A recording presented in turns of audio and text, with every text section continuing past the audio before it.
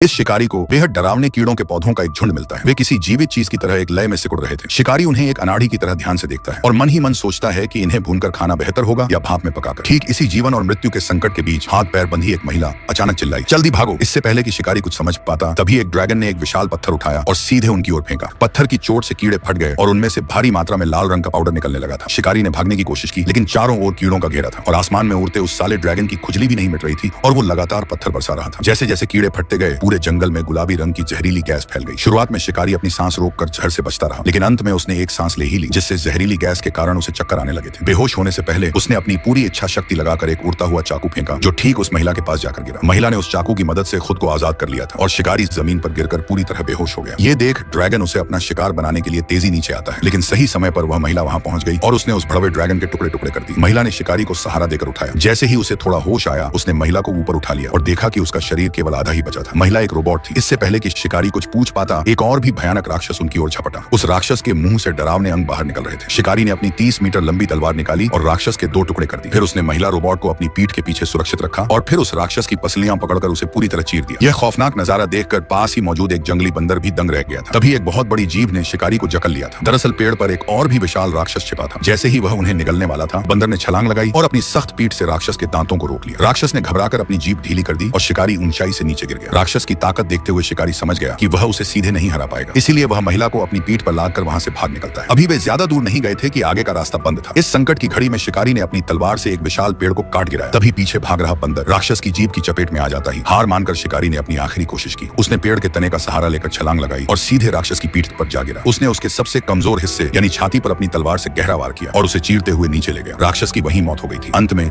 शिकारी ने उस राक्षस का मांस भुना और उन सब ने मिलकर एक शानदार दावत के मजे लिए।